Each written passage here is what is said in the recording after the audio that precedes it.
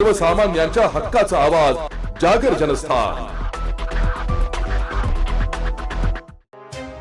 मूर्तिजापूर येथील पटवारी कॉलनी स्थित श्री भक्तिधाम मंदिर ट्रस्टच्या नवनिर्वाचित अध्यक्ष व कोषाध्यक्ष यांचा पाटील समाज सेवा मंडळ मूर्तिजापूरच्या वतीने भव्य सत्कार करण्यात आलाय।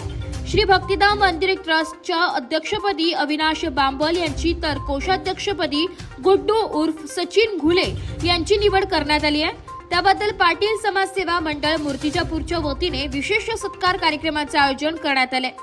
कार्यक्रमाच्या अध्यक्षस्थानी हरिभक्त परायण रतनलाल महाजन तर प्रमुख उपस्थितीमध्ये पाटील समाज सेवा मंडळ अध्यक्ष पप्पू पाटील तिडके, उपाध्यक्ष गजानन चौधरी, कमलाकर गावंडे, कोषाध्यक्ष अनिल गावंडे, विष्णू लोडम, साहेबराव जळमकर, गजानन नाकट, पंकज कांबे, संदीप जळमकर, विनोद देवके, अजित तिडके, उज्ज्वल ठाकरे, महेंद्र पाटील, बंडू पाटील, लांडे, दशरथजी वानखेडे, विजयराव फुके, राजू इंगोले, प्रशांत कडू, ऋषी गावंडे, अतुल मुळे, गणेश गावंडे, बंडू अवघाते, धनराज वानखडे, संदीप पागरूत, श्रीपाद पत्की, अनिरुद्ध बांबल इत्यादी पदाधिकारी उपस्थित होते।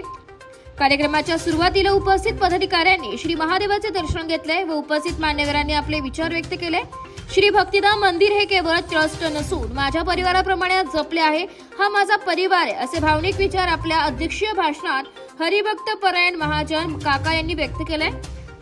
तसेच आपल्या सत्काराला उत्तर देताना श्री भक्तिधाम मंदिर ट्रस्टच्या सर्वांगीण विकासासाठी कटिबद्ध आहे व त्याकरिता सर्वतोपरी प्रयत्न करू असे नवनिर्वाचित अध्यक्ष अविनाश बांबल यांनी व्यक्त केले। कार्यक्रमाचे सूत्रसंचालन ज्ञान नर्मदा संस्थेचे संस्थापक विष्णू लोडम यांनी तर आभार विनोद देवके यांनी मानले। जागर जनस्थान करिता ब्युरो चीफ प्रतीक कुरेकर, मूर्तिजापूर, अकोला।